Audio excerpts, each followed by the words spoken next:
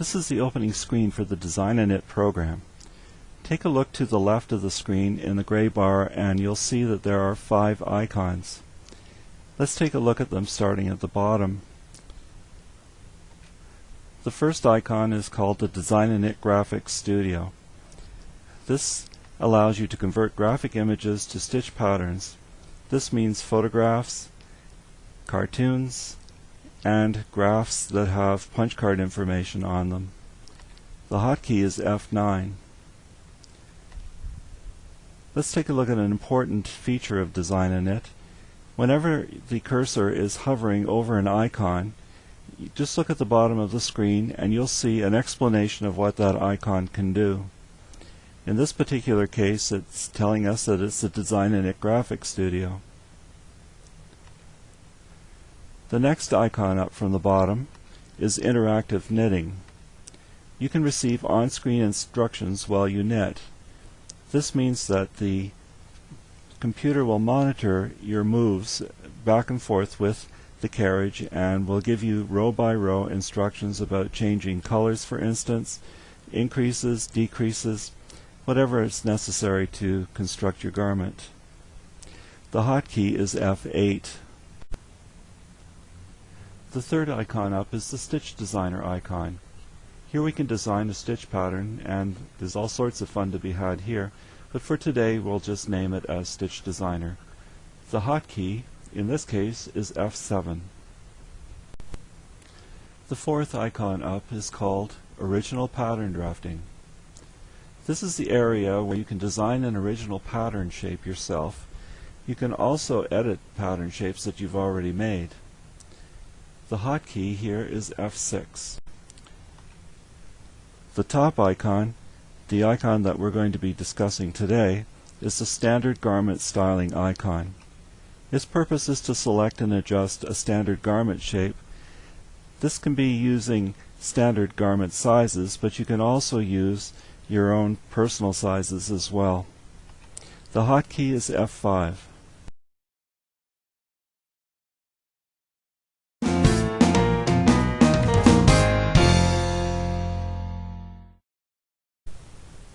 Before we begin to use standard garment styling, let's make a few decisions about the garment that we're going to construct. Let's make a lady's sweater, standard size 36, with a round front and back neckline, set-in sleeves. DesignaKnit has 2 different test swatch areas. There's the main tension test swatch, which is for the body of the garment, the ribbing tension test swatch, which is for the ribbing or the bands. We've gone ahead and done a test swatch for both of those. The main tension test swatch has the following results: 5 stitches per inch, 7 rows per inch. That's for the body of the sweater. The ribbing tension test swatch has 5 stitches per inch and 8 rows per inch. This is for the ribbing or the bands.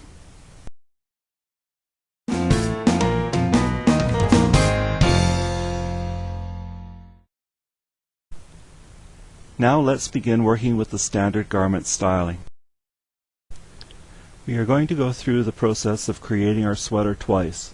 The first time we're just simply going to see what it is that we need to select to complete the garment.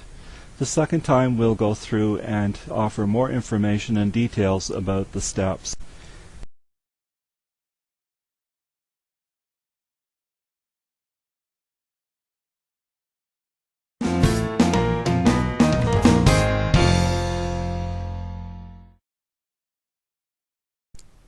This is the opening window for standard garment styling. Notice that it says New Garment, Existing Garment, and Enter Custom Sizes. Below we have the last 5 files that had been worked on in the standard garment styling. Since we are beginning a new garment, we will click on New Garment. With this screen, you select the garment type. You have an age group to select from, where there is baby, child, and adult. The sweater we want to make is adult. The gender is next. you have a choice between female and male. We're doing a lady's sweater. The garment type is next, and we have a choice of sweater, cardigan, vest, sleeveless pullover, or skirt. We're making a sweater, so we'll leave that one clicked. Skirts is not highlighted because we haven't selected the file garment type skirt. Next comes tops. We wanted a set-in sleeve, so we're going to click Set In. The front neck we decided was going to be round, so we click Round. The back neck was going to be round as well, so we will click Round. When we're done, we click on OK. Here we have the tensions and notes for our Untitled project. The stitches per inch, remember, we had decided was 5, so we enter 5. We can now click on rows per inch. We highlight it, and we type in 7. The option to set these gauges as the default is shown here, but we aren't going to do that. Next we have the rib tensions. We'll highlight and enter 5 for stitches per inch, and rows per inch was 8. We have the box tension dial setting or needle sizes. This is where we can input the tension that we created the tension swatch with. You can also add information about the knitting machine, anything that you need to jog your memory. Below that is an area to put in notes about your shapefile. When we're done, we click OK. We have a choice of ease. Ease is the difference between the body measurement and the finished garment measurement.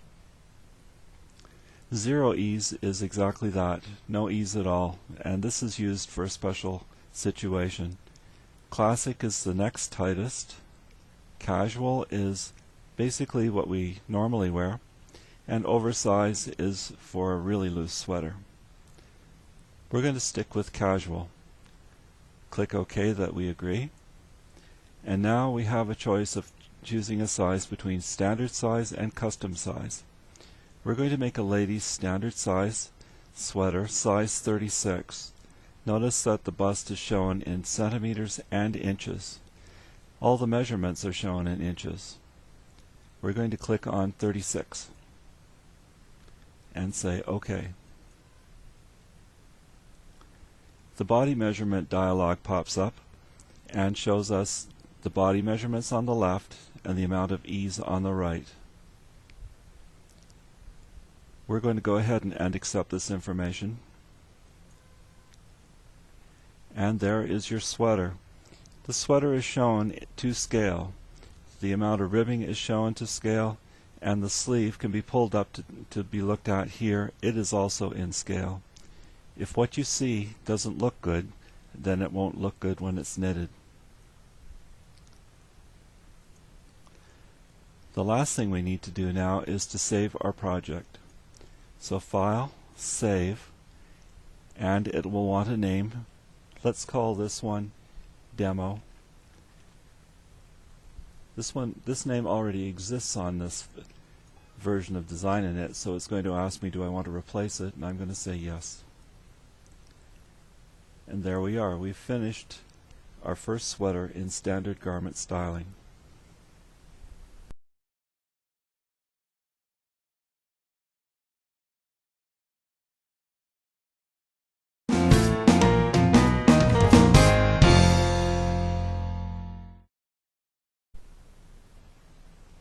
Having clicked on the original pattern drafting icon, we're presented with the standard garment styling dialog. First thing that we notice that there are 3 different categories. There's new garment, existing garment, and enter custom sizes. Custom sizes will be discussed later. Below are the last 5 files that had been worked on. We're going to create a new garment.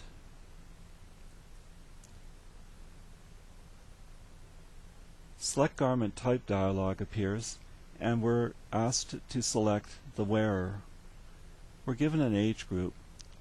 We have three choices: a baby, a child, or an adult. To select any of these, simply click the button. Let's make an adult sweater. Next is the gender. You have a choice between female or male. Let's stay with female. Next is garment type. Your choices are a sweater, a cardigan, which is what we're going to do, a vest. In England, a vest is a sleeveless pullover with buttons in the front. The next choice is a sleeveless pullover, and the last one is a skirt, which activates the skirt panel. We're going to stay with cardigan, and we're going to go over to the tops. We need to choose a sleeve type. A straight sleeve is a drop shoulder. Raglans we're all familiar with, the diagonal. Set-in has a sleeve cap, and saddle shoulder is a modified set-in sleeve with an extension. We're going to use a set-in sleeve. Next we need to choose our front neck. Let's leave it as the classic V. The next choice is a round neck, which is like a crew neck, a straight neck, which is a boat neck, and a square neck, which is a rectangular opening. We're going to stay with a V front neck. Next we choose a back neck shape. We have the same choices: a V neck for the back, a round neck, a straight neck, which is a boat neck, or a square neck, which is rectangular. We're going to stay with the round neck, which on the back of the sweater will look like a crew neck. When everything's correct, we'll click OK, and we're presented with the tensions. The main tensions here you can see in stitches per inch is 5.0. The rows per inch is 7.0. This is for the body of the sweater. In the rib tensions, the stitches per inch is 5.5. The rows per inch is 7.7. This is for the bands or the ribbing. You have the opportunity to enter tension dial settings, or if you're knitting by hand, needle sizes. You can add notes about the shapefile here, or any information that you feel you would need to know if you knit this sweater again. This is usually done afterwards.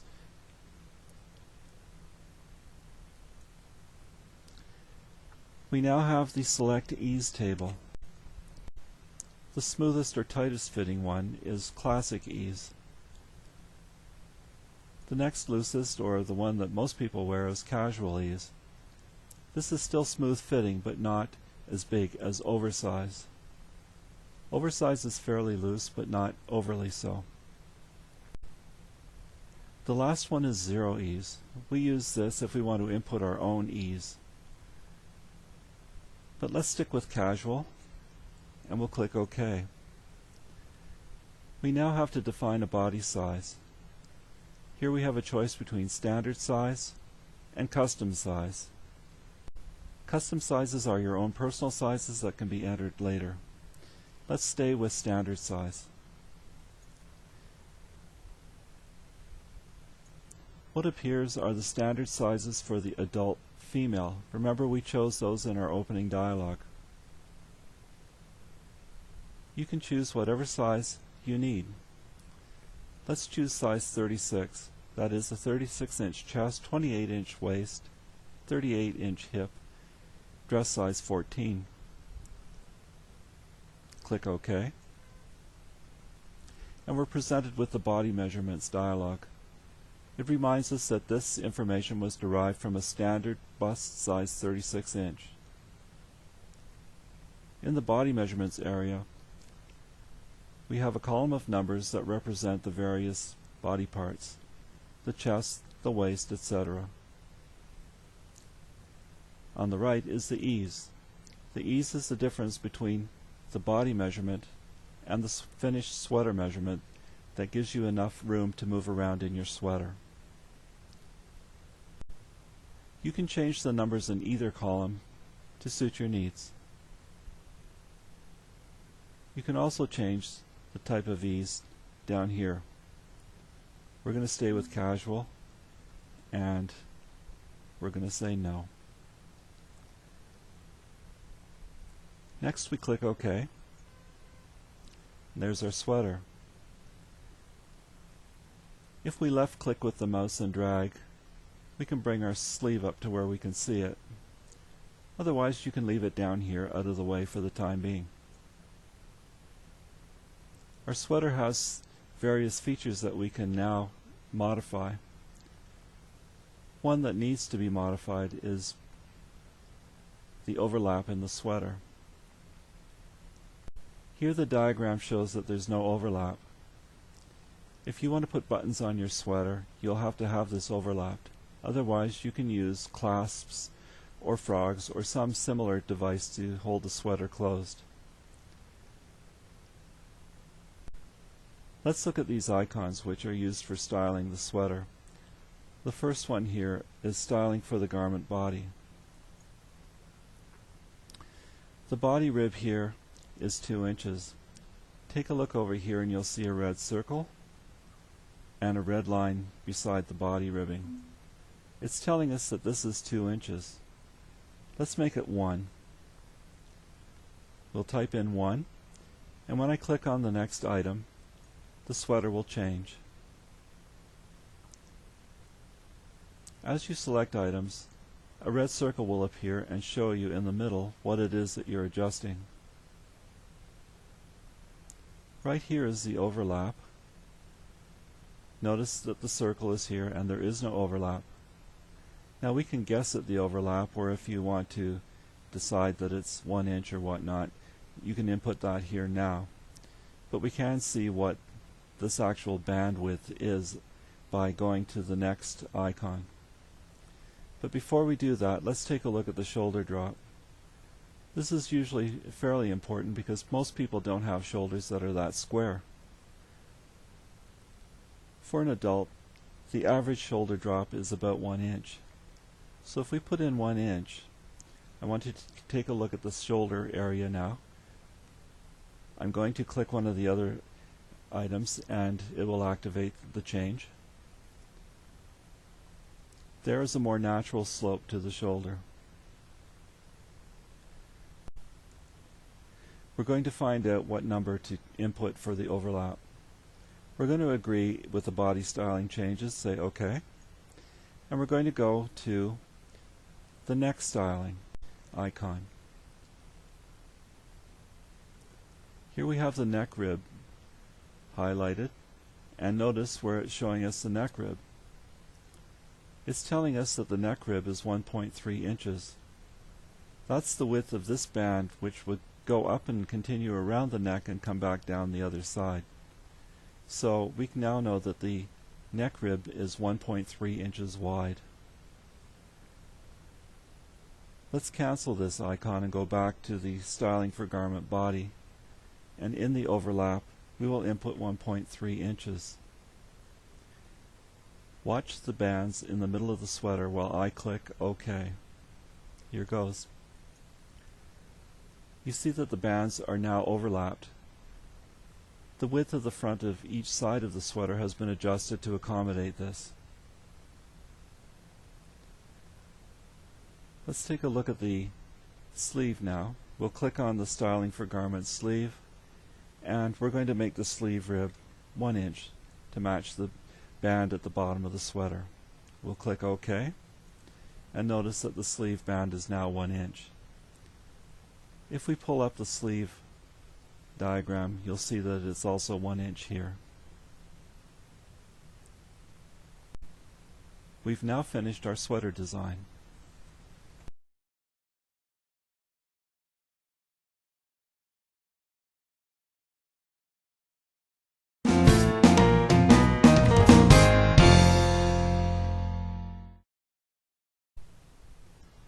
Let's take an in-depth look at creating a garment using the standard garment styling icon. Go to File, click New. We're presented with the Select Garment Type dialog. Let's make a sweater for an adult female. Let's make it a cardigan with set-in sleeves, a V-neck in the front, and a round neck in the back. We click OK, and we're presented with the tensions dialog. Let's make our tension 5 stitches per inch and 7 rows per inch. For the ribbing, it's 5 stitches per inch and 8 rows per inch. The tension dial was set to 8, and if I had any other notes to make, I could make it here. I'm going to click OK. I'm finished. We are now presented with Select Ease table. Let's just go over the ease again. 0 is no ease at all and is a specialized use, and we'll talk about that later. Classic ease is the next smoothest and fits fairly close to the body. Casual is the next looser one and is a normal sweater fit. Oversize is the loosest of all, and some people like it that way. Choose the one that you would normally like to wear. In this case, let's stay with casual. We'll click OK, and we're going to pick a standard size. Let's pick a lady's size 38 inch, and we'll click OK. Up at the top of the body measurements table, it tells us this was derived from a standard bust 38 inches, so you know it's a standard size. Here we have the chest 38.2 with 5.5 inches of ease. The dimension affected column here tells us that the body width at armpit for the finished garment will be 21.9 inches. Now that's from one underarm seam to the other underarm seam. You would have to double this number to find out what the all the way around amount would be.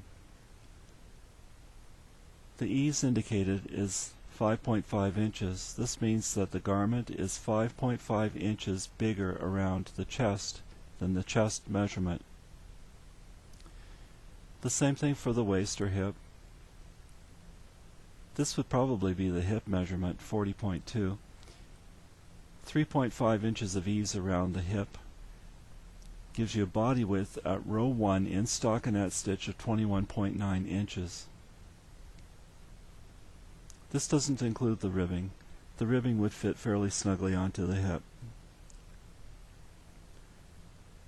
The shoulder to shoulder width here is 14.4 inches, and they've added some ease, 0.4 inches, almost a half an inch. If you choose to get rid of that, you can do so. It'll make the shoulder fit a little more high onto the shoulder and less low on the arm. It's your call. Nape to garment length is 24.6 inches. There is no ease. This is a vertical measurement, and that would be the entire length of the garment. This is indicated here on the right in the dimension affected column. The entire garment length is 24.6 inches, which is the nape to garment length.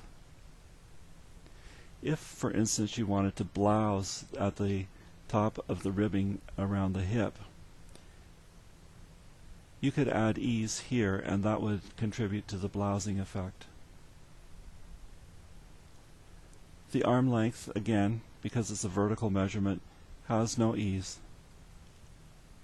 The armhole depth is 8.7 inches, and they're giving 1.2 inches actually of ease around the armhole for wearing comfort. The upper arm is 12.2 inches, and they're giving 5.5 inches of ease at the upper arm. Any of these measurements can be checked by taking a measuring tape and making it into a circle indicating these measurement totals. For instance, the upper arm, you can check it by putting the tape around your upper arm and add these two numbers together. You have 17.7 inches Put the 0 at 17.7 inches around your upper arm and see how you like it. If you find that it's too loose for your particular garment, you can change the ease. Don't change the measurement. It's much easier to work with the ease. We're back at the wrist measurement again. Remember that the measurement around the wrist is right here on the wrist. They indicate with an arrow that's somewhat further up the arm where they took the measurement for the wrist. The reason being is that the ribbing fills this area, and the bottom of the sleeve actually fits here before it meets the ribbing. So what they're doing is measuring at that point on the wrist and adding 3.3 inches of blousing. If you take the measuring tape and measure around your wrist and put the 0 measure at 10.2 inches, you'll see that there's quite a bit of space between your wrist, of course, and the measuring tape. If you find that it's still too big, reduce the amount of ease. Don't reduce the wrist measurement. When everything is the way you want to see it, you can click OK.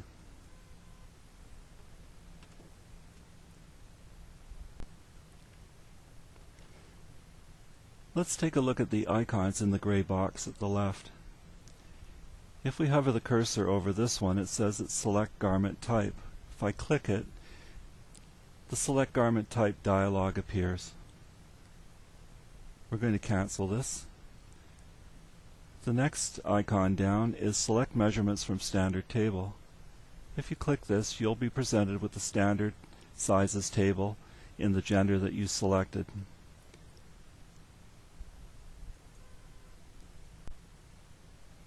Next is Custom Sizes. Notice that they are only adult female sizes coming up, because this is what you chose in the opening dialog.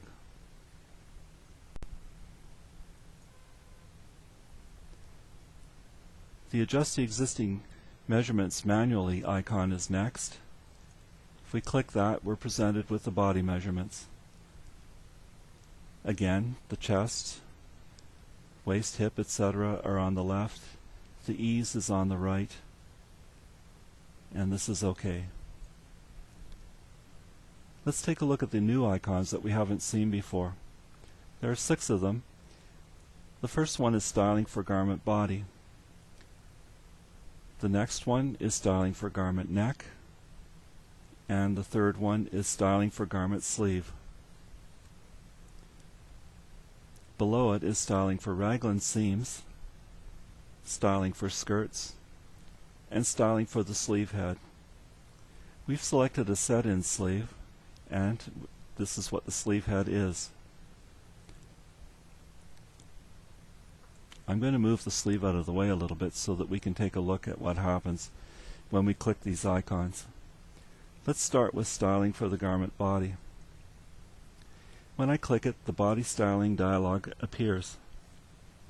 Take a look here on our garment. You'll see that there is a red line along the side of the ribbing, and it's circled in red.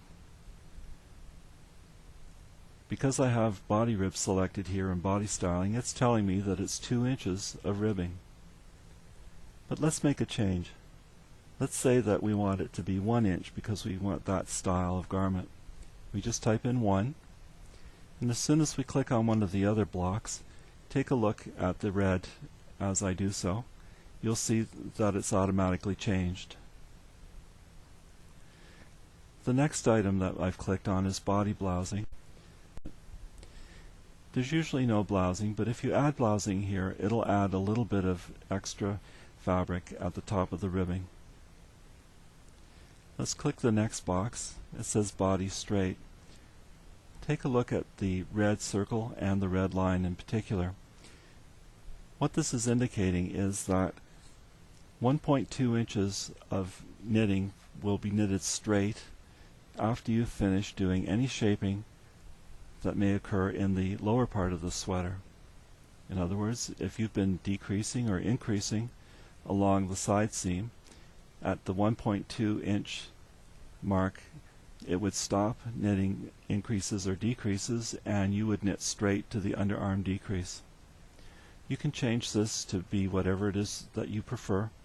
Usually having some straight knitting is preferable, but 0 would mean that any decreases or increases that you were doing would go right up to the underarm decrease.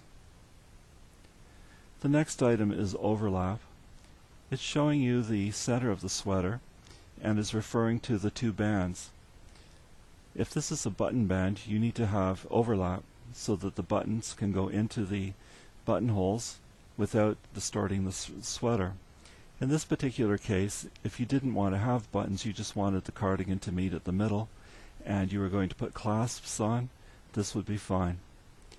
Determining the overlap is very straightforward. The problem is that the information isn't on this particular dialog, so we're just going to ignore it for now, and we will discuss that shortly. The next item is shoulder drop. Let's take a look at how you take the measurements for a shoulder drop first. In the body styling dialog is the entry for shoulder drop. The way to take the shoulder drop measurement is to take a yardstick or similar piece of wood and position it at the nape of the neck indicated by the letter A. Make sure it's perfectly level. Next, take a ruler and measure down from the lower edge of the yardstick to the dish-like depression in the shoulder indicated by B. If you look in the area marked by C, you'll see the measurement that you need to use to enter into the shoulder drop box in the body styling dialog. Having determined the shoulder drop to be 1 inch as in the diagram, you would come here and type in 1. Keep an eye on the shoulder area as I click on another box. You see it's suddenly shaped more like a human shoulder would be. The amount of shoulder drop, of course, is what determines whether it's a square sort of shoulder or a very droopy shoulder or somewhat average shoulder. Now the box that is currently active is the armpit seam. This is the horizontal decreases to begin the armhole. For instance, bind off 5 stitches at the underarm. Notice that on the sleeve it appears as well, circled in red. When you change one, you change the other. If everything is OK, just click on OK. Now remember, we're going to get the overlap information next. The next icon has this information in it, and this is styling for garment neck. Notice that the first thing that's highlighted is neck rib, but look where the red circle is and the red line. It's showing us that the band is 1.3 inches. Now this is the information that we need for the overlap. So let's cancel this. Go back to the styling for garment body and put in the overlap of 1.3 inches. Take a look at the red circle on the garment while I click OK. DesignaKnit has folded over the ribbing from the top to the bottom so that it's lying on top of itself, and has increased the width on the front of the garment to accommodate that. Now let's go back to styling for the garment neck and see what that's involving. You see our neck rib is still showing here in the middle as 1.3, which is good. The next thing down in the list is the width. This is the neck width from the edge of the shoulder to the other edge of the shoulder, exclusive of any neckline treatment. In other words, the opening from one shoulder to the other is 7.2 inches. The next one is V-neck depth. The red line here indicates where the V-neck will extend to. It's showing you from the nape of the neck down in the front to where the V should be. If you prefer it longer or shorter, just change the number. Let's make it 12 inches. just so we can see it. And we'll click the next box. And you see it's become quite a bit lower. Generally speaking, the V of a V-neck shouldn't extend below the underarm decreases. It should start about an inch above it, but this is of course preference. The next part is V straight. If we look up at our red line in the diagram here, what this indicates is where the decreases for the neckline stop and you begin to knit straight up to the neck point on the front of the sweater. This area is generally the same as the shoulder slope in height. The back depth is the depth from the nape of the neck, the little bony protrusion in your neck, down to where the sweater itself will begin. Now it's showing it to us here with the ribbing in position, and what this will do is pull the whole of the back neck down 1 inch so that the ribbing in the back doesn't sit up on top and into your hairline. Generally speaking, the back depth is measured from the nape, the little bony protrusion, to where you want the ribbing to begin. If all is well, you click OK, and let's bring the sleeve up into where we can see it. The next item is the sleeve styling icon. This pertains to the lower part of the sleeve. The dialog shows us that the sleeve rib is 2 inches. Now if we did it 1 inch all the way around the bottom of the sweater, let's make this 1 inch as well. What happens is that it's taken 1 inch of ribbing away and extended the length of the sleeve by 1 inch as well. Sleeve blousing, we have 0. If you want a puffy bottom to your sleeve, add in the amount that you want to have here.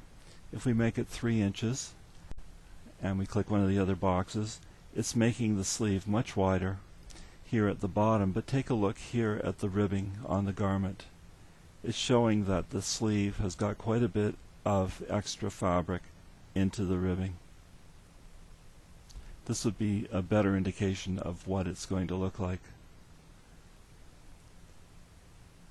Sleeve straight refers to the area above the increases on the sleeve, knitted straight to the underarm decrease. This can be 0 if you want it to be, or if you prefer to have a really loose upper sleeve, you can extend it by quite a bit. Let's make it 4 inches, and you can see that it's quite square. This is good if you've got a rather large upper arm. If everything is OK, click OK. And I'm going to move the sleeve out of the way so that we can see the garment a little better. And there you have your finished garment. Now, normally what you would do is save it. File, save, and give it a name. I'll call it Demo 3 and click OK. If this turns out to be a really great garment for you, what you can do is go to Body Sizes and edit Custom Sizes and add a new one by clicking the plus sign. Make sure that you click the plus sign because you want to work from a blank. What we're going to do is we're going to ask it to take the measurements from current. When we do, it gives us the warning, this will copy measurements and styling from the current garment shape file, named Demo3 shape, into the displayed custom table entry. This is a warning because if you have any information here, if you haven't added a new blank table, it will override it. I'm going to say OK, and in go all the measurements. Notice it's already selected adult female for me. Now I need to name this adult female. So let's say the last name is Jones and the first name is Judy.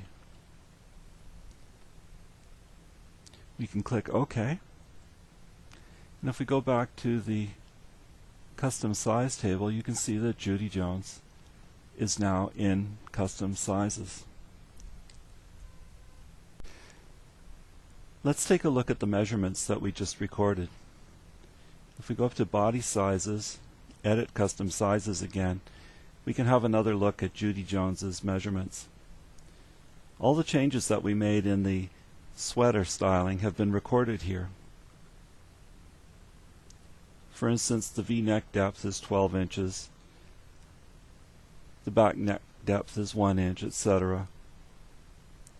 Whenever we go to do something for Judy Jones, if we ask for custom sizes, it will come up with her preferences for things like the V-neck depth, etc. This way you don't have to have a written record of these changes, and as necessary you can come back and change these measurements at any time. And here's our finished garment.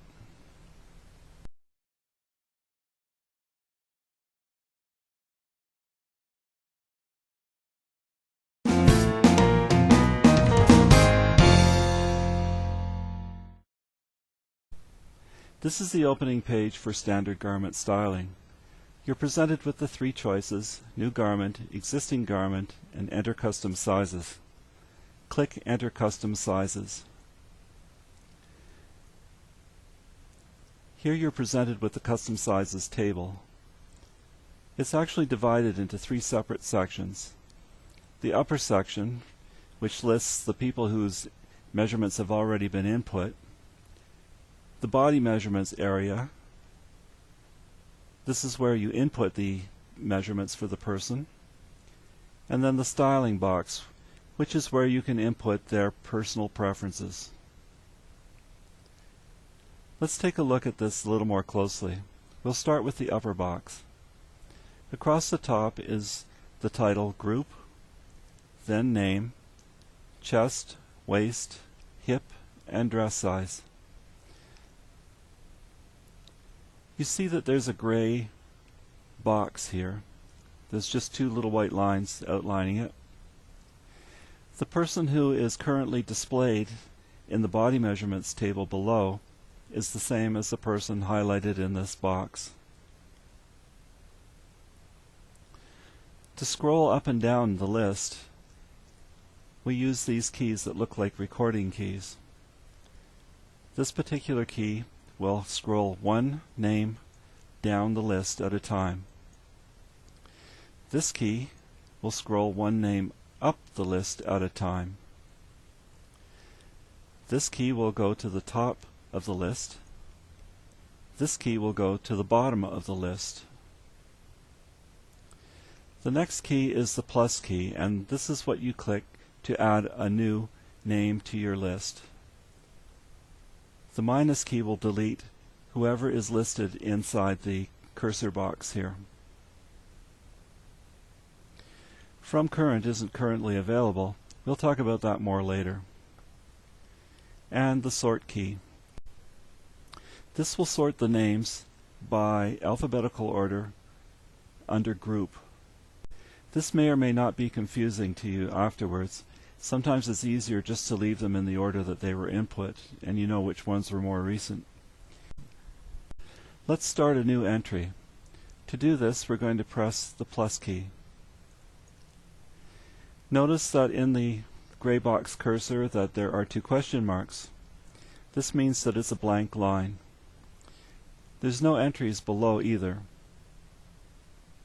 Let's work in the body measurements area here.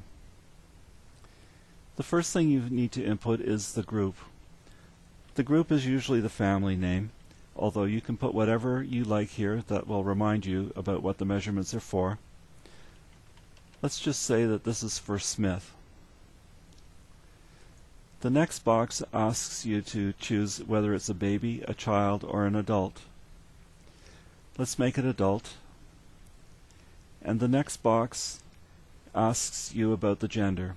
Is it for female, male, or either being kids or unisex? Let's make this female. And by the way, these two boxes correspond to this column right here.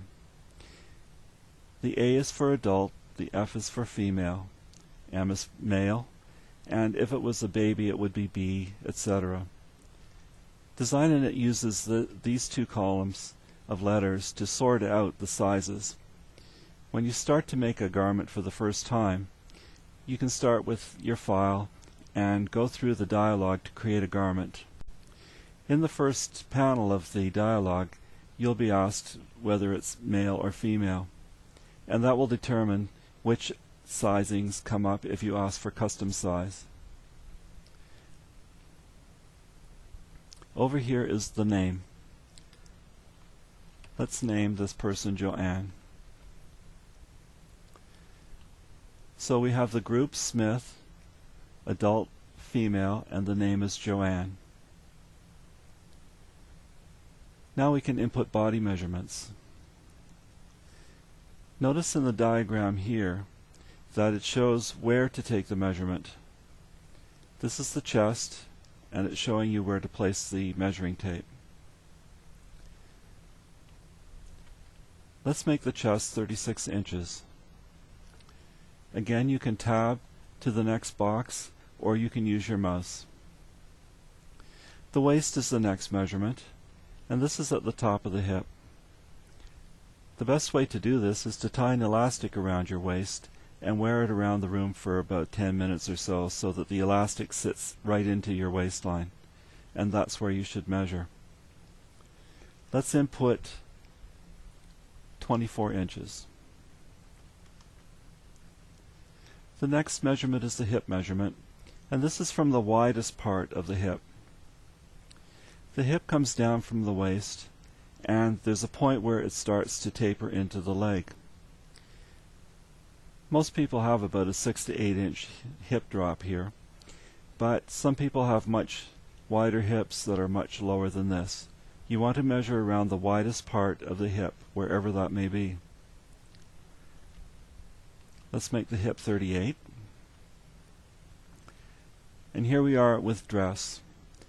DesignaKnit doesn't actually use this. This is up to you to input a number here if you want. You can put in any number you want, so why not put in that you're a size 2. The next measurement is shoulder to shoulder. The arrow shows the point from which to measure, but what in fact you're looking for here in the shoulder is a slight depression at the top of the shoulder. If you feel your shoulder, you'll feel that there's a slight dish-like depression just at the top of the bones. You want to measure from that point on one shoulder to the same position on the other shoulder. It's important to pick this position correctly because the sleeve has to be measured from that exact same spot. So here the shoulder to shoulder is going to be 14 inches. And next we have nape length. The diagram shows on the left what most dressmakers know as the back waist length. This is from the bony protrusion in the neck to the waistline. For most knitting purposes, this isn't particularly useful information. Most sweaters go down to the hip or a little bit longer. So if we look at the right hand diagram, this will be a more useful measurement. Again, from the bony protrusion of the neck, measured down to where you like the sweater to be. If you're not sure where that is, put on a sweater that you like and have somebody measure to the hem of the sweater. Let's make the nape length 23. The next is hip depth. This is measured along the side seam of the pants, and it's measured from the waist to the widest part of the hip. The diagram shows the average person's widest spot on their hip, but remember, it can be much lower. Input this measurement, whatever it may be, in the hip depth. The average person is around 6 to 8 inches. Let's input 8 inches. Now here we are at arm length. Remember that tiny dish-like depression in your shoulder? That's where you're going to be measuring from, and you measure from there over the elbow to the wrist, and the round bone that's in the outside of your wrist, you want to measure down there to the crease in the hand just below that bone. The arm doesn't have to be positioned like they show in the diagram. It should just be held at your side, relaxed, slightly bent. Let's make the arm length 18 inches. Next comes armhole depth. This is particularly important because it helps DesignaKnit to determine how deep the armhole should be. It's measured from the bony protrusion of the neck down to where the tape measure would be if you were measuring the chest. A good idea would be to take a second tape measure, put it around the person's chest and get them to hold it in the front. And then take another tape measure and measure from the bony protrusion of the neck down to the top of that tape measure. It'll be more accurate that way, and this is a very important measurement for the way the sweater fits. Let's make this 9 inches. The arm scythe is a different measurement. You can choose whether to use the arm scythe or to use the armhole depth in DesignaKnit. My personal preference is the armhole depth because it's a lot easier measurement to take. The way you take the arm scythe measurement is take the measuring tape and wrap it around the arm, and it has to go over the bony dish that's in the shoulder. The amount of looseness to the tape will determine how deep the armhole is. If you pull it up tight and snug, what will happen is the armhole will be tight and snug. If you pull out more tape so that it's lower down on the side of the body, thus the armhole will be. This is a personal preference.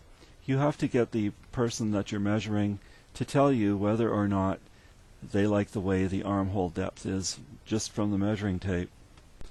When measuring children, this would not be a good choice. You can enter arm scythe measurement. You don't have to. You can leave it blank. If you're leaving the armhole depth measurement blank, then you have to enter the arm scythe measurement. The next one is the upper arm. This is shown being measured at the armpit around the muscle of the arm. It depends on the person that you're measuring, but you need to find the largest part of the upper arm. It may be lower than this, but that's the general idea, is to get the largest measurement from the upper arm. And you want to input it here. So let's make this 14 inches. And here's the wrist.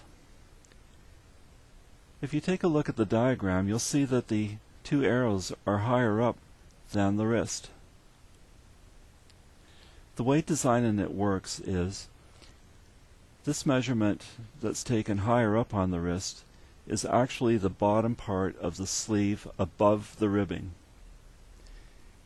If you like to have 2 inches of ribbing, for instance, you want to measure the wrist 2 inches up from the wrist so that DesignaKnit accurately calculates the amount of stitches to go around your arm. If this isn't done correctly, the end of the sleeve can be too tight.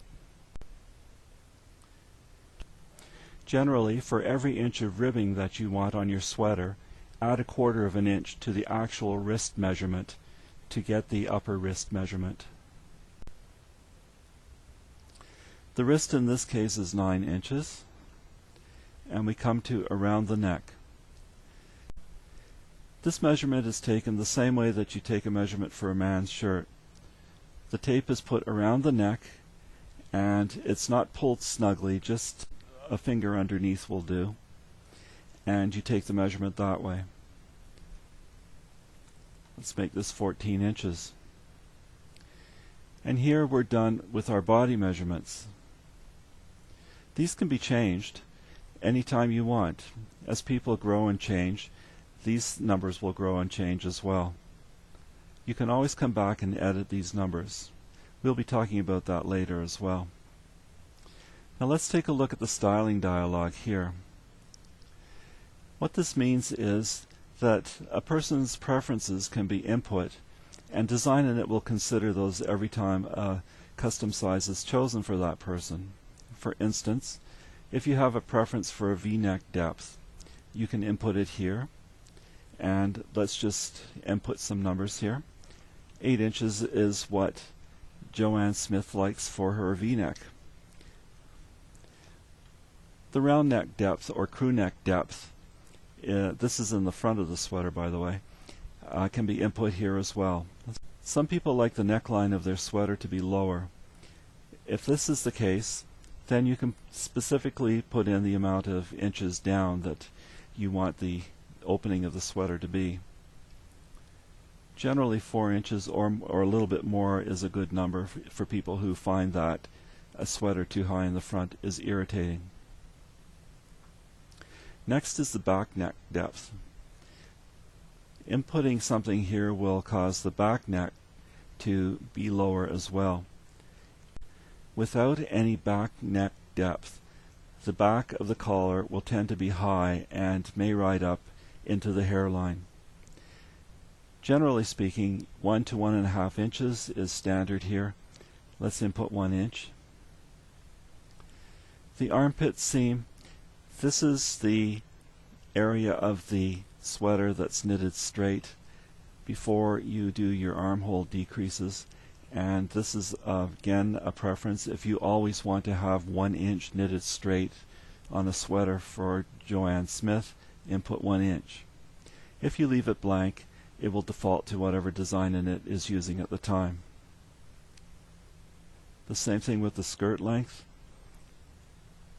and the skirt circumference. These are all numbers that you input if you want them to always be the same. And then longest ribs. Longest ribs means that on a sweater or a garment, none of the ribs are to be longer than the number that you input here. If you always want 1 inch or shorter ribbing, you can input 1 inch. If you want them to be up to 4 inches, you can put 4. Up to you. Most people like 2.5. We're finished inputting the information into custom sizes. To save this information, you click OK. To review it, you can go to Body Sizes and edit Custom Sizes. This, by the way, is another way to get into custom sizes. And here we are. Joanne Smith isn't listed here at the moment, so what we need to do is to scroll down using our key here. And there's Joanne Smith. And here's all her measurements again. Remember, we didn't input the armpit seam, so let's do that. We'll make it 1 inch. The skirt length can be 23 inches. The skirt circumference, this is the total circumference completely around the hem of the skirt. We can make that 40 inches. And when we say OK, this will record our changes as well under Joanne Smith.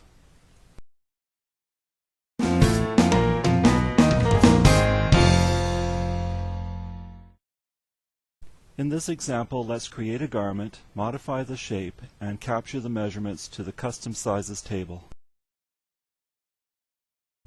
Let's look at a way to capture custom sizes from a new or existing garment. Click on File, and then click New. Adult, female, sweater, with set-in sleeves, around front neck, around back neck. We'll click OK. We're going to go with the tensions that we've already got here. These can be changed later as necessary. We're going to use casual ease, and we're going to select a standard size. Remember that Joanne Smith was size 36. Let's pick a different size. There's a size 38. Here's the measurements that DesignaKnit has for a standard bust size 38, as noted at the top. The ease is the casual ease. We're going to make some changes to the body measurements here. We're going to make this 38. The shoulder to shoulder is going to be 14 inches. The nape to garment length will be 23 inches. The arm length will be 22 inches. The armhole depth is 9 inches. The upper arm is just simply 12. And the wrist is correct. These would be actual measurements that you've taken from somebody that you've changed to agree with your measurements from those that DesignaKnit has presented. Let's take a look at the ease. The ease generally is pretty good. You can make changes here if you have somebody who likes particularly loose area around the chest. You can make it 6 inches or whatever you'd like. You can go ahead and make any changes you need here. And when you're done, click OK. Now here's our sweater that's semi-customized. Let's take a look at the icons here for a moment. The body rib, we want that to be 1. The shoulder drop, we want that to be 1 inch as well. That's pretty well standard. And the armpit seam, let's make that 0. And click OK. The sleeve rib, will make that 1 inch as well. And let's say that this is just exactly what we want. Save your work. We are now ready to capture the custom sizes from our new garment. If you have an existing garment, you could call it out at this point in the presentation and proceed with the following instructions. This sweater is actually going to be for Joanne Smith's sister, Barbara. What we can do is to go to Body Sizes, Edit Custom Sizes, and you see the From Current box is now available. If I clicked it now, what would happen is it would replace all of Judy Jones's measurements with Barbara Smith's. We don't want to do that because we don't want to lose Judy Jones's measurements. So the first thing we do is click the plus sign, and we have a blank. We're now going to click From Current. It warns us that this will copy measurements and styling from the current garment shapefile, which is at the moment untitled, into the displayed custom table entry. It's giving you one last chance to make sure that you have a blank entry. And since we do, we're going to click OK. And all of the measurements, including all of the preferences, have shown up here in the table.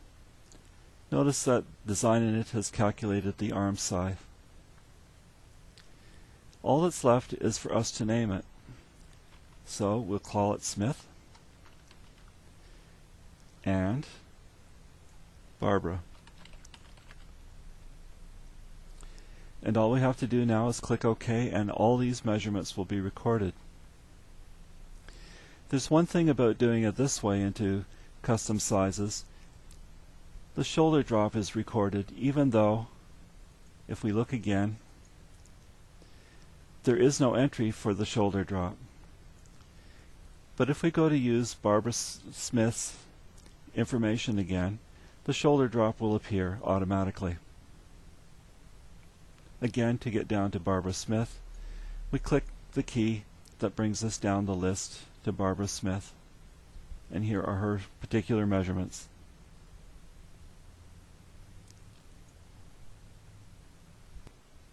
And that's how to capture measurements from an existing garment into custom sizes.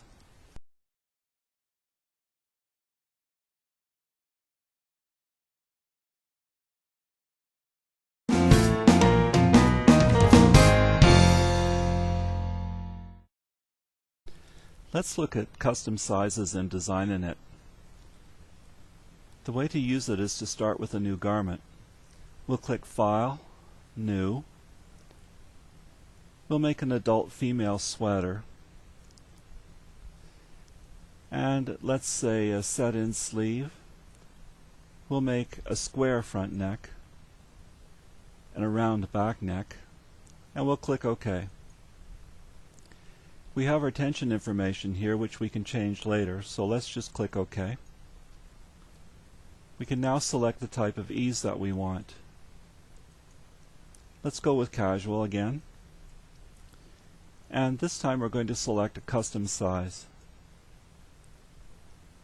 Here's Judy Jones. Let's use her as the example. Click OK.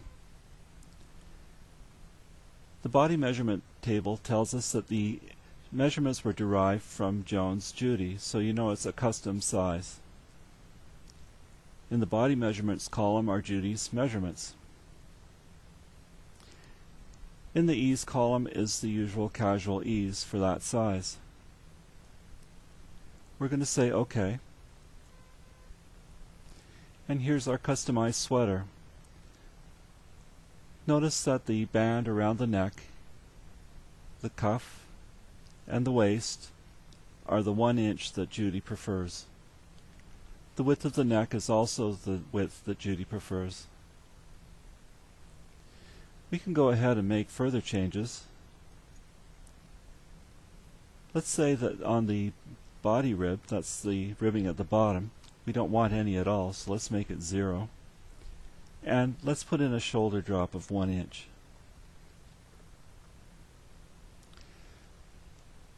Let's take a look at the sleeves now. The sleeve rib is 1, but let's make that 0 as well. Here we are with a more minimal type of sweater. I'm going to make a change to the sleeve head just so that we can see something coming up in a further example. I'm going to make it puffy, and there it is. Now let's say that we've decided that this sweater didn't go in the right direction as far as we're concerned. We want to go back to the beginning and start all over again. The easiest way to do this is to go into Body Sizes, Custom Size. We're going to stay with Judy Jones because it's her sweater. And we're going to use this option that now appears. Use styling from table and standard ease. What this does is it will change the size to the custom size measurements that we have selected, Judy Jones in this case, removing any style icon changes, returning back to the basic standard sweater. However, it will retain custom size measurements that we've selected. In other words, the new garment looks like a standard garment, but it uses the custom size measurements that we selected. Any style options entered in the custom sizes table will take effect, however. Remember, that was the style column in the custom sizes table where we put permanent preferences, in this case 1 inch bands for Judy Jones. If there weren't any input, then the default standard measurements will be used. Let's click OK. And here's our sweater with the bands back, the puffy sleeve taken away, and the drop shoulder removed. In other words, back to square one as we created this sweater.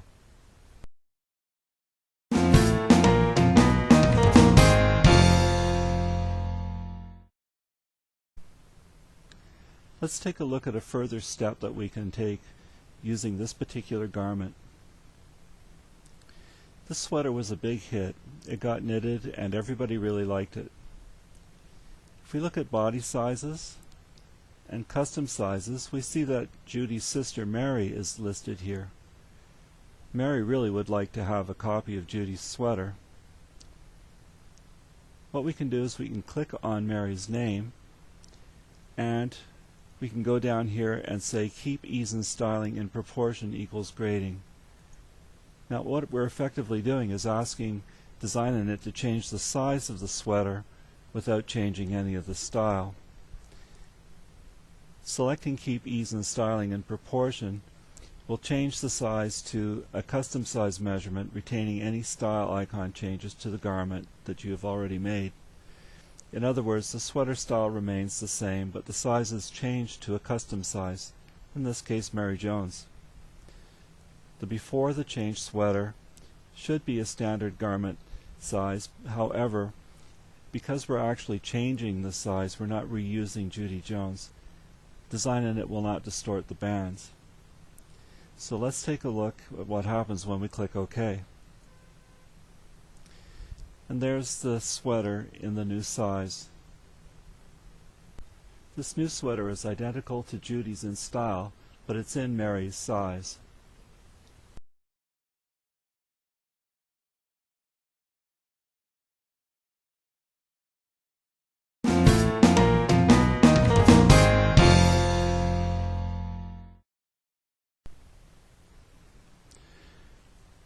Judy and Mary really liked their sweaters. They had a picture of themselves, and they sent it off to their sister Jennifer, who lived quite a distance away. Jennifer wrote back and said that she would really like to have a copy of that sweater too. They didn't have her custom measurements, but Jennifer told them that she was a size 38. Here's what we can do. We can go to body sizes, and this time we're going to select standard size. We can select whatever size we want, but in this case Jennifer is size 38, so we'll select that. We want to use this option, keep ease in styling and proportion equals grading. What we're asking DesignaKnit to do is to change the size of the sweater here to a size 38, but not to change any of the styling. We're going to click OK.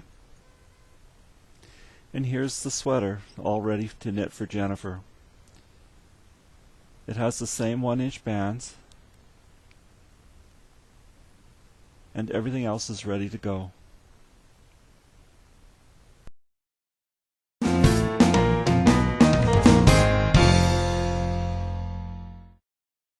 The mother of the 3 girls who had knitted this sweater for each of them decided that she'd like one herself. She didn't really like the really narrow bands on it. She preferred them to be a little bit wider. Here's what she did. Go to body sizes, click standard size, and Mom needed a size 42. The option to choose this time was to use the styling from the table and standard ease. Remember when we created the sweater in the first place? It had a round back neck, a square front neck, and set-in sleeves. This option will revert this sweater back to that situation, but it will give it a size 42. Let's click OK and see what happens. As you can see, the bands have reverted back to the standard widths. The neckband is the standard width as well. There's no shoulder slope, and everything is basically back to where we started from.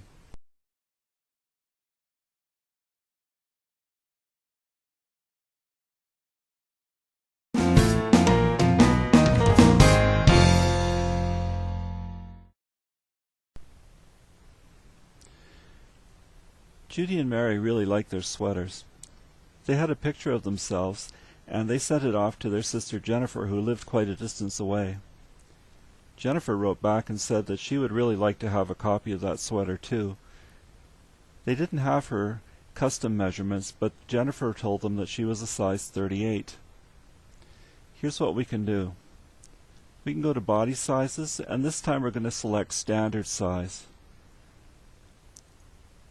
We can select whatever size we want, but in this case Jennifer is size 38, so we'll select that.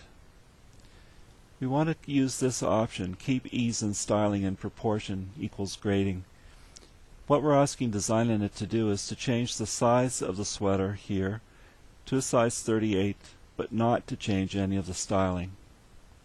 We're going to click OK. And here's the sweater all ready to knit for Jennifer. It has the same 1-inch bands,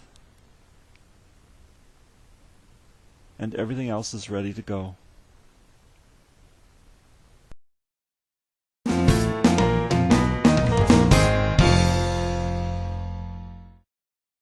The mother of the 3 girls who had knitted this sweater for each of them decided that she'd like one herself. She didn't really like the really narrow bands on it. She preferred them to be a little bit wider. Here's what she did. Go to body sizes, click standard size, and Mom needed a size 42. The option to choose this time was to use the styling from the table and standard ease. Remember when we created the sweater in the first place? It had a round back neck, a square front neck, and set-in sleeves. This option will revert this sweater back to that situation, but it will give it a size 42. Let's click OK and see what happens. As you can see, the bands have reverted back to the standard widths. The neckband is the standard width as well. There's no shoulder slope, and everything is basically back to where we started from.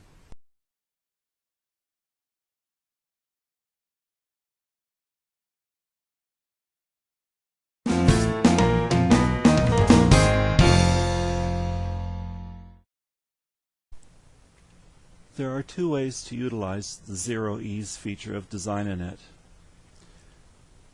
DesignaKnit intended it to provide an opportunity for you to add your own ease measurements to the body measurements table.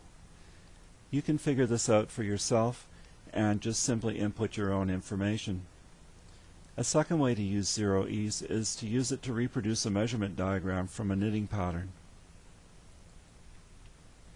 This is the body measurements chart for a size 40-inch bust. Notice the body measurements are all there in the list. And here's the ease, all listed at 0. Simply input the correct amount of ease that you want opposite each measurement. This way you can customize everything that you want to about the ease in your garment.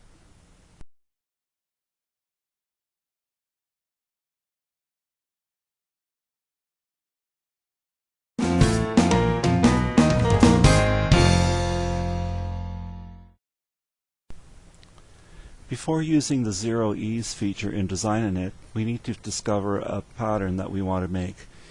Your usual source are hand knitting books or anywhere where there's a diagram of this sort. The usual features are the numbers that are shown around the sides, giving you the various dimensions of the garment, the neck opening, shoulder widths, etc. The first thing you do once you've discovered your pattern that you want to knit is you highlight the information that's pertinent to your size. We're going to make the smallest size of this little shell top, and we've highlighted all the information that's important for the smallest size. There is something missing though. The space between the shoulder point and the body width isn't indicated. This particular garment doesn't actually need to have this information, but let's take a look at how you would figure this out. The first thing that you would do is make a note of the shoulder width, the neck width, and the second shoulder width. You need to add these numbers up, so 3.5 plus 6.5 plus 3.5 is 13.5 or 13.5 inches. Down at the bottom, the garment width is 15.25 inches. This happens to be the width of the garment at the underarm, so we'll use that measurement. What we'll do is we'll take 15.25 inches and subtract the 13.5 inches, that is the entire shoulder width, from it. This gives us 1.75 inches, and what we're going to do with that is divide it by 2. The end result is 0.875 or 7/8 of an inch. The 0.875 represents the width between the shoulder and the body width of each shoulder.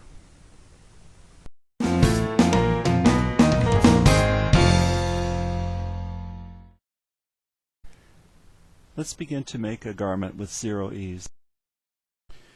We will be using a sleeveless shell top for our example. We'll go up to File, and we'll say New. The point of this exercise is to choose a garment type that is as close as possible to the one that you want to make. This is for an adult female. These are already checked. It isn't a sweater because we don't need sleeves, or a cardigan. It's not a vest because the vest has buttons up the front. But it is a sleeveless pullover. We'll click that one. It's not a straight sleeve because there's a notch in and a curve, so that leaves set-in sleeve. The front of the neck is round, and the back of the neck is round. We'll click OK. The tensions are here and can be changed as necessary. Be sure to select 0 ease and click OK. We're going to go to the standard size. The smallest size is the size 32, which is still a little bit big, but let's choose that one because it's as close as possible to the one that we want to do. Click OK. And here we are. There's no ease in the ease table here, but there are chest and hip and waist measurements, etc. Let's take a look at our diagram for a moment. We'll make the chest 30.5 according to the diagram. Also according to the diagram, it's perfectly straight side seam, so the waist or the hip is also 30.5.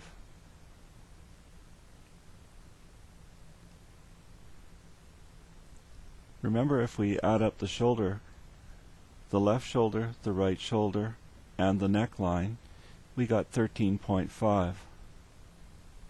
We'll input that. And the nape to garment length.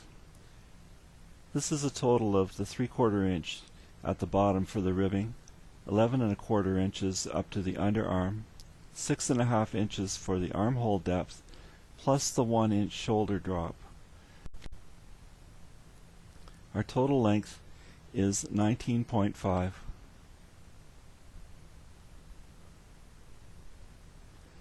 The armhole depth is 6.5 inches. Be sure that you add on the shoulder drop to this as well. The armhole depth is taken from a non-sloping shoulder, in other words, a completely square shoulder. If you want to drop the shoulder by 1 inch, you need to have also the 6.5 inches in this case added to it. The total will be 7.5 inches. And we can click OK. Now here's our basic sleeveless sweater outline. We don't have all of the style details here yet, but if we go over to styling for the garment body, we can make some changes there. Now here are some options. The body rib is 2 inches. On our diagram it needs to be 3/4 inch, so input 0.75 inches. There's no body blousing involved. Remember, it's straight completely. The body straight here can be any number because, again, the sides are straight. The shoulder drop, we want it to be 1 inch according to the diagram, so we input 1. The armpit seam is 0.8 inches. We're going to make it 0.2 inches, just a little tiny little input there. This will give us a decrease at the beginning of the armhole edge, and will also give us something that resembles the curve. And take a look at this straight line here. This will replace the curve that's shown in our diagram. Click OK. And let's go to the styling for the garment neck. There's 1.3 inches of neck rib. On our diagram there's no ribbing at all. Let's place 0 here. The width of the neck is shown in our diagram at being 6.5 inches, so we'll input 6.5. The neck depth in the front of our diagram is 2 inches plus 1.5 inches. That makes it 3.5 inches, so we'll input 3.5. The back depth of our neck is 1.5 inch according to the diagram. Now it looks very much like our diagram from the book. This is basically ready to knit. Don't forget to save your work, and you have the choice of either printing out as a garment notation or going to the Knit from Screen option. Further refinements can be made in the original pattern drafting icon. Remember, that's the second icon down on the list on the main page.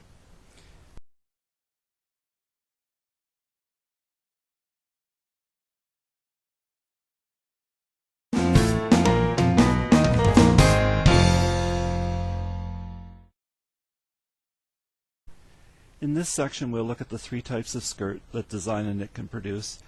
We'll also look at their printouts, and then we'll make a skirt using DesignaKnit. There are three types of skirt styles available. The first one is symmetrical. We've selected 4 panels as the number of panels that we want, although you can select whatever you'd like. What happens is that it appears on the screen like this, and it's symmetrical. That is, it's the same on either side of the panel. When you print the skirt pattern out, you'll end up with 4 equal panels. These all sewn up together will form the skirt. The second type of skirt style is asymmetric. Again, we've selected 4 panels. 4 panels is an easier one to deal with. But when you go to print this pattern, you will end up with a left and a right front and a left and a right back. The panels that form the back are identical to the panels that form the front. There's no difference in the size. The third style type is 3 panels mixed. There's no options in this other than the usual measurement change. But when you go to print your pattern out, you'll see that there's a left and a right back and a front piece. Now there's no reason why the 2 pieces on the back couldn't have a button panel and be worn on the front. There really is no back and front per se, but this is what you get for 3 mixed panels.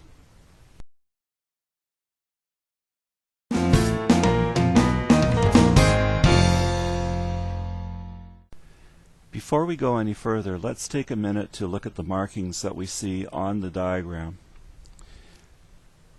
The short dashed line is the hem fold line. If you have a hem on your skirt, this is where you would fold it. The long dashed line is the seam line. This is where the cast-on edge of the skirt would be attached to the body of the skirt. The hem depth in DesignaKnit is by default 2 inches. This actually consists of 2 short measurements, in this case 1 inch of hem facing up to the short dashed line, and the 1 inch that is on the skirt up to where you would sew it. This is the hem facing area, and this is the part that you would turn back and sew to the long dashed line. This notch in the side is the short road shaping area. It's simple to do and gives the skirt its characteristic curve so that it looks like it hangs straight. The interesting thing is, if you do not want to have a turn back hem, you can have the hem depth set to 0, and this short rowing would be right at the cast-on edge. This is the top area of the skirt. The long dashed line is the waistline. The short dashed line is the fold line. And at the top is the bound-off edge. The bound-off edge would be sewn to the waistline, that is the long dashed line. This concludes our presentation on the 3 types of skirts. To continue, go to the next section called Create a Skirt.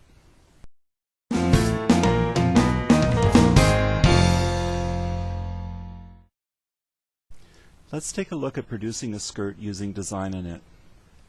Let's go to File, New, Adult, Female, and we'll click Skirt. Let's make it an asymmetric skirt with 4 panels. We'll click OK. We'll keep our tensions, they're fine. We can change them later if necessary. We'll stay with casual ease, and we'll pick a standard size. Let's make it a size 36, which has a 28.3 inch waist. We'll click OK, and we're presented with the body measurements dialog. We can see here that it was derived from a standard bust size 36 inch. The waist is 28.3 inches with 4.7 inches of ease. The hip is 38.2 inches with 4.7 inches of ease. And the hip depth is 83. There's no ease with the hip depth. Something to note, when you're producing a skirt, make sure that the waist and the ease, when combined, are big enough to get over the hip if it's going to be a pull-on type. Otherwise, you may need a zipper. If you have personal measurement changes, this is the time to make them. Let's click OK. And here's our skirt. We have some options available to us if we go over to the Styling for Skirts icon. Let's click it, and here are our options. Note that the total length is 25.6 inches. Let's see what that's actually comprised of. If we look at the hem area, we'll see that the red line starts at the fold line for the hem. That's above the hem facing, and it goes up past the waistline itself to the top of the fold over for the waistband. We know that the waistband is 1 inch high because here is the waistband measurement of 2 inches. Remember, this includes 1 inch of waistband above the waistline and 1 inch of facing. So when the waistband facing is folded in and tacked down, the entire length of the skirt with the finished hem is 25.6 inches. If your skirt needs to be 24.6 inches long from the waistline down to the hem, then this would be correct. If you need to make a change, remember that the waistband is included. Let's look at the straight area. The red circle shows us the point where the hip depth is measured to and the part where the skirt starts to become flared and away from the body. You can change the straight area. Let's make it dramatic. We'll put 4 inches here. And you can see that the skirt is perfectly straight from the hip depth point, the widest part of the hip, down 4 inches, and then it begins to flare again. This can be just exactly what you want. Just remember that when you're adjusting the straight, that it is knitting completely straight from the top of the flare to the bottom of the hem depth point. Let's change it back to 0. Now let's go down to the waistband.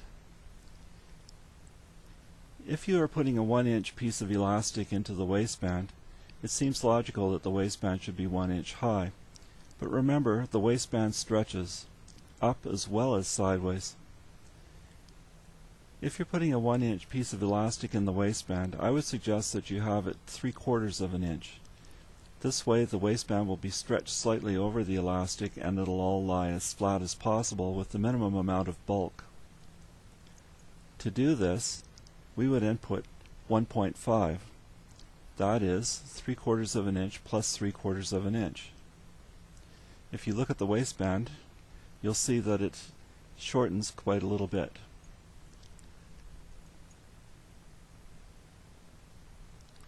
Now let's take a look at the hem depth. If we look over here on the right hand side, you'll see the familiar red line. The hem depth is 2 inches. Again, that means 1 inch to the fold line and 1 inch of hem on the skirt before the short rowing. Let's see what would happen if we set the hem depth to 0. There would be no hem facings to sew. Now the problem with this is that the short rowing is taking place right away on top of the cast on. This can give the bottom edge a little bit of a roughness. If you want to avoid this, make the hem depth 0.2 inches. As you can see, it puts a couple of rows of straight knitting before the short rowing. You do not have to hem this, and you still keep the short rowing away from the cast on edge. Just makes it a little more smooth. Now these are all the features available in the skirt styling icon. At this point you could go ahead and knit your skirt using either the garment notation printout or the knit from screen option. This concludes the presentation on producing a skirt.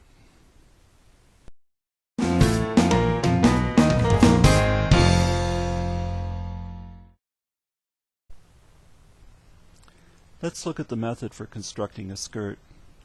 We'll do File, New, and again the wearer has to be selected. Is it a baby, a child, or an adult? We'll do an adult one. The gender is female. The garment type is a skirt. Symmetric is the first one. Let's take a look at that. The number of panels can be changed here to whatever you feel you'd like to have. Generally there are 4 panels for the symmetric skirt. Let's click OK. The tensions are already input for us, so let's just go ahead. Casual ease, and we'll pick a standard size. This looks great. It's a size 36 with a 28.3 inch waist.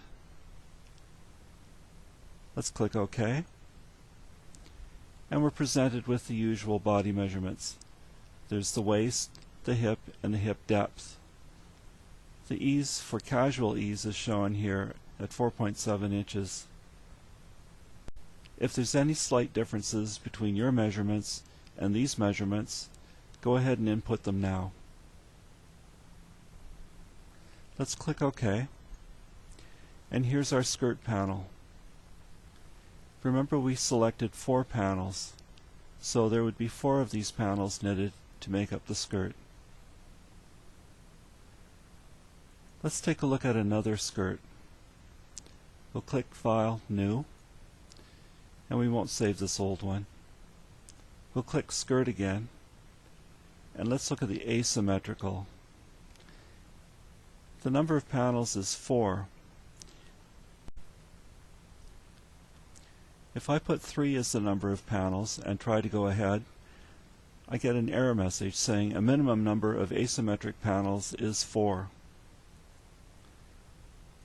If I put 5 in here and click OK, it tells me I must have an even number of asymmetric panels. So I can use any even number I want for the panels. Let's just stay with 4. We'll click OK. Again, our tensions are already there.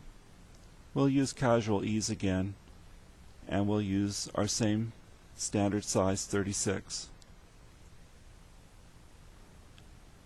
We can see that the waist, hip, and hip depth measurements are just as they were before, and that the ease is the same as it was before for our symmetrical skirt.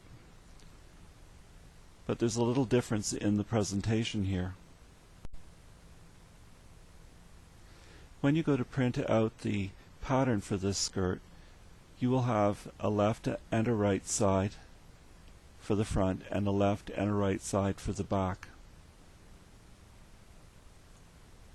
Let's look at the last skirt available. We won't save the changes, and we'll stay with the adult female skirt, and we'll ask for 3 panels mixed. Notice that the number of panels is no longer available to you. This is just a straightforward 3-panel skirt. Let's click OK. The tensions are there. We'll stay with casual ease, and we'll stay with our size 36 standard size. Notice that the measurements are all the same, the ease is the same,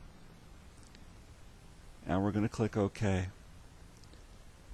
What's presented is basically the same as the asymmetrical skirt. Where this is different is when it gets printed out. You'll have a left and a right side, and then you'll have an entire panel forming the third part of the skirt.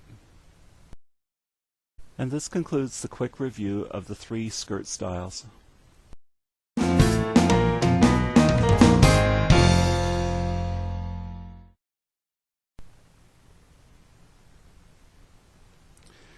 Let's take a look at raglans. File, New, Adult, Female, Sweater. We'll select raglan sleeve with a round front neck and a round back neck and click OK. We'll go with the existing tensions, which can be changed later, and we'll stay with casual ease and click OK. Let's choose the standard size. Size 38 is good, and we'll click OK. Here we have our familiar body measurements table. The body measurements are on the left. The ease is on the right. Let's click OK. Take a look at the new diagram. Notice the raglan sleeves, and our sleeve itself has a very unusual looking sleeve cap. This is the front of the sleeve. This is the back of the sleeve. This is the neck edge right here. Let's take a look at the options that we have under the styling for raglan seams.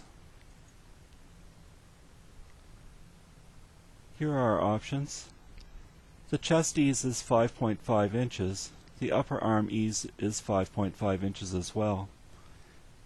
And the neck width is 7.2 inches. Notice when we're on the chest ease that there is no red line or indication as to where it is going to happen. If you need more room in the chest, for instance you have broad shoulders or maybe you have a large chest, you can increase the ease here by whatever amount you feel is appropriate. Let's make it 7 inches. Take a look at the actual diagram as I tab to the upper arm ease. So you saw that the front in the chest area got a little wider. Notice that the side seams now have increases in them to accommodate this. The upper arm ease, let's just move this down a little bit here. The upper arm ease is 5.5, and let's make that 7 as well. When I tab to the neck width, it will expand the arm. Watch the sweater.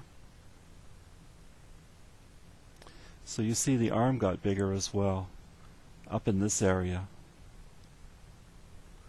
So if you've got broad shoulders or a large chest, you can use either one of these 2 features to increase the ease so that it fits a little better. The neck width is highlighted at the moment.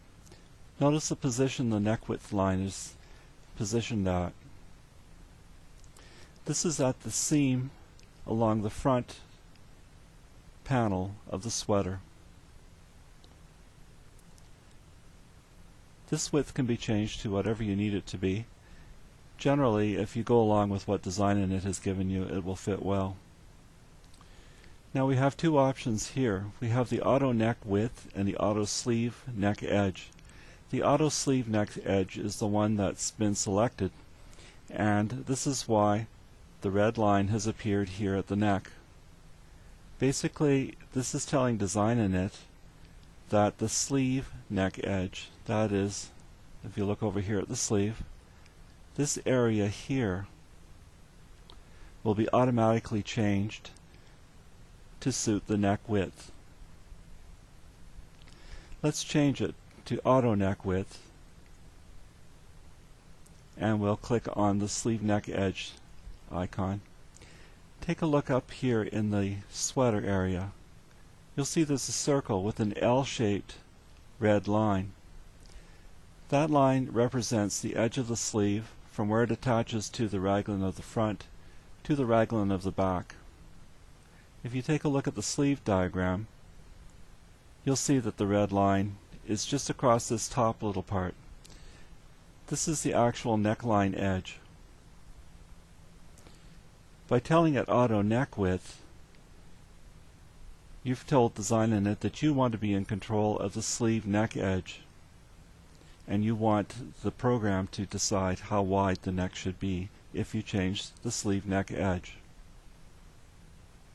Now again, you can change this to whatever you want it to be, but it's a good idea to just leave what DesignaKnit has presented you with alone.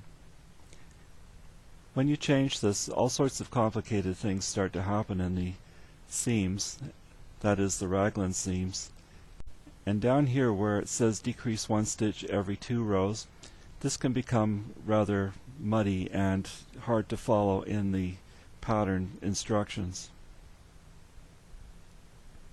Feel free, of course, to experiment. When you go to change decrease 1 stitch in every X number of rows, DesignaKnit will analyze the sweater, take into consideration the gauge that you've told it, and it may give you a warning. Let's change it to 4 and see if it does that.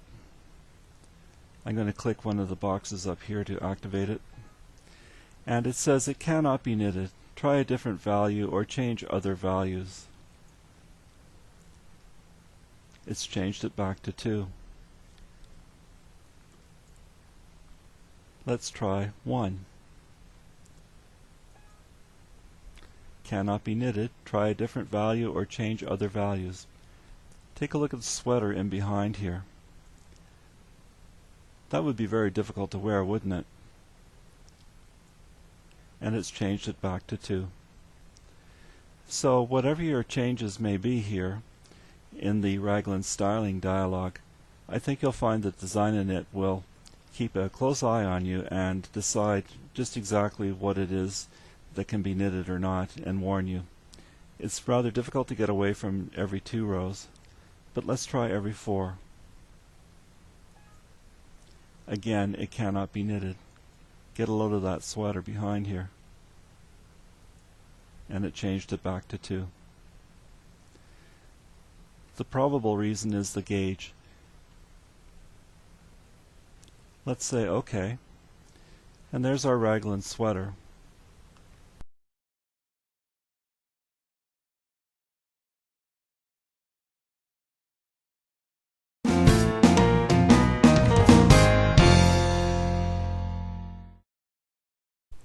Now that we've finished designing our sweater, we'll want to print out the information so we can use it. We'll go to File, and we're going to go to Printer Setup first. This is a one-time thing that you have to do. Choose the printer that you're going to be using to print out your information. If you have more than one printer, select the one that you want to use. Make sure that it says letter size and that the orientation is portrait. If everything is correct for your printouts for DesignaKnit, click OK. DesignaKnit will now remember which printer you want to use. Let's go to File, Print, and we're presented with the Print Pattern Pieces dialog. To the left is a list of the pattern pieces that we have in our garment. Selected Formats refers to the type of format that I want the printout to be done in. GN, for instance, refers to garment notation. Generally speaking, this is a very good one to use because it gives you row-by-row information about how to knit your sweater. Garment outline is an outline of the garment without any other information.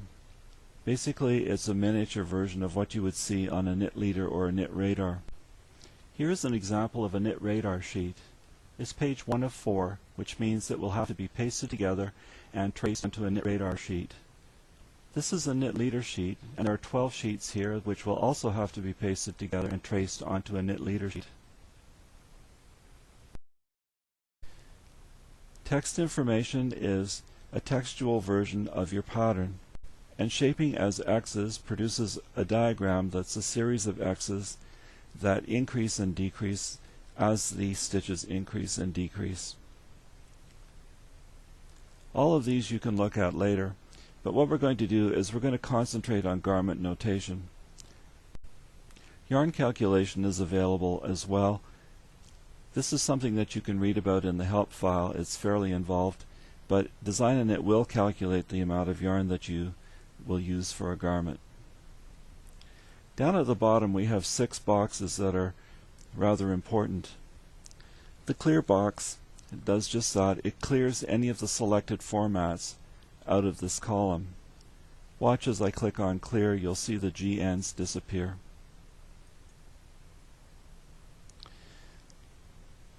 The next one to the right is the options. Here you can set up the print pieces dialog to suit your needs. The options for shapes are all listed here and correspond to the possible formats.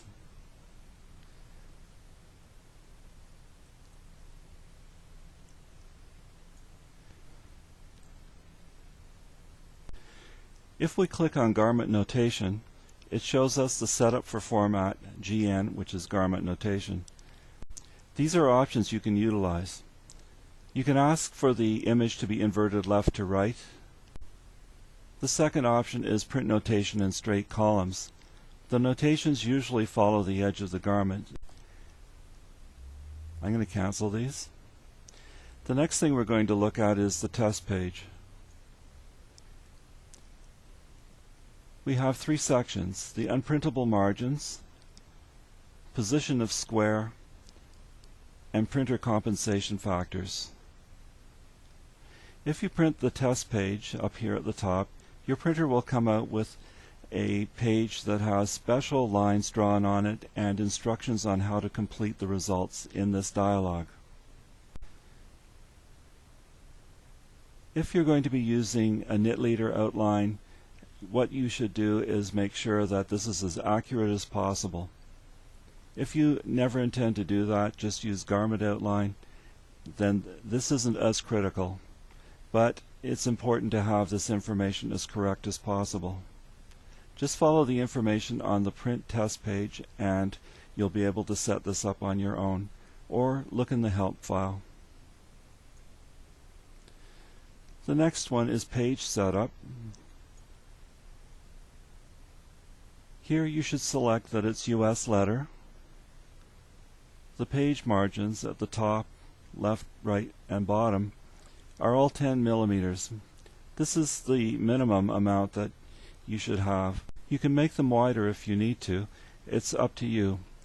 But it's a good idea to have as little margin as possible to maximize the size of the image that prints on the paper. The next one is other options. Here you can put your company name or your personal name here, and you can ask it to include header items, the company name, the pattern identifier. This is a good idea because this will use this name at the top of the printout so that you can identify each pattern piece. You can select the format, the date, and the time. If you're doing a lot of printing and you think you'll get mixed up with which one came first, you might want to click time, and that will put them in chronological order along with the date. The date is a good idea, and the pattern identifier is a good idea to have checked. Here you can choose between the date format. In the United States, this is the preferred one. And up here we have the Japanese notation for slopes and for horizontal edges. These symbols can be changed to arrange the notation in the way that you like. To find out what these symbols mean and how to rearrange them, please refer to the help file.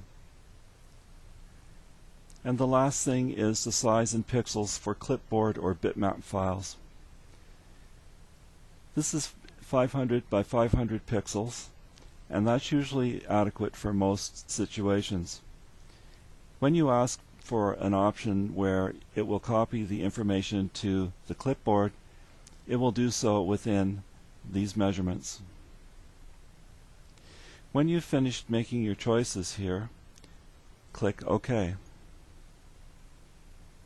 When you're done, click on Close. The changes you made under Options will always remain the same unless you change them again. Now the next two options, to clipboard and to bitmap file, are similar in function. The way to utilize this is to have selected formats here. I'm going to put in GN for each one. This means I would like a garment notation printout for the front, the back, the sleeve right, the sleeve left. If I ask it to put it on the clipboard, this information, instead of printing to the printer, will be put onto the clipboard. To bitmap file will create a file for every one of these garment pieces, and DesignaKnit has a specific place that it puts it, which is in the graphics directory under DK7. The last two is the preview button and the save and exit button. Let's click the preview button and see what will happen. Here is a preview of the page for the front of the garment named MIDI. It's telling us the garment name, the piece name, and the date. These are garment notations. I'll go over them briefly so you have some idea of what they mean, but to understand them fully, please go to the Help file. Here at the bottom, row 0, we're to cast on 118 stitches. If we look up here, we'll see that row 86 is next. That means we would knit 86 rows, and then decrease 5 stitches, knit 1 row, 1 time. That would bring us to row 87, where we would decrease 5 stitches, knit 1 row, 1 time, which brings us to row 87, where we decrease 1 stitch, knit 1 row, 4 times. But here, row 88 tells us to decrease 1 stitch, knit 1 row, 5 times, and that's on this side of the garment. We come up to row 91, where we decrease 1 stitch, knit 2 rows 10 times, and starting at row 93, on the right hand side we will decrease 1 stitch, knit 2 rows 9 times. What's different is here at the middle, at row 130, it's telling us to bind off 16 stitches or divide the neck. And once you've done that, you would follow the instructions up one side and then the other side, which would leave us at row 159 with 20 stitches remaining on the machine for this shoulder, the same for the other shoulder, and you could bind off accordingly. Now let's click Next Image, and we see the back, and Next Image again. We'll see the right sleeve, and if we click Next Image again, we'll see the left sleeve. At any time, you can click Close to go back to the Print Pattern Pieces dialog. Preview is a handy button because you can see what it is that's going to be printed before you print it. It'll save you wasting a lot of paper and a few surprises. It's a good idea to select Preview before you print. The Save and Exit button means that you want to save this information, the garment notations that you have here, and any other changes that you've made, and then exit the dialog. If you just simply cancel the dialog, what will happen is it will revert to the previous bits of information that are here. When you're ready, just click on Print and you'll receive a printout for each of the selected formats. If you only want one page to print out, remove the garment notation indicators here for the pages that you don't want to have print out, and DesignaKnit will print out only one page. You will now be able to use the printed out information to knit your sweater. But before we go, there's one last little bit of information that I'd like to tell you about. The ribbing and the bands are not part of this information that prints out. So here's a quick way to find out exactly what to knit for your bands. Go here to the interactive knitting icon and click it. You'll see the name of your garment here at the top of the list under the Open Shape File. Click that one and click Open Shape File, and there it is. Say OK, and click on the piece that you're interested in getting the information for ribbing. Click OK, and go here to the traffic lights and click on the yellow light. It will give you the information that you need to knit the ribbing. For instance, it says to cast on left needle 59 to right needle 59. Knit 18 rows of rib, which is 2.4 inches. If necessary, knit an additional row to put carriage at right. Please note that if you did not enter a correct stitch and row gauge for the ribbing in the tensions dialog, the numbers presented will not be correct. The length of the ribbing, though, is correct. Having knit your 18 rows, set your row counter to 0, and it's saying select OK. This is for the Knit from Screen dialog, but you would then go back to your printout and start to knit from there. Once you've noted your information here, you can click Cancel and go ahead and knit your garment piece.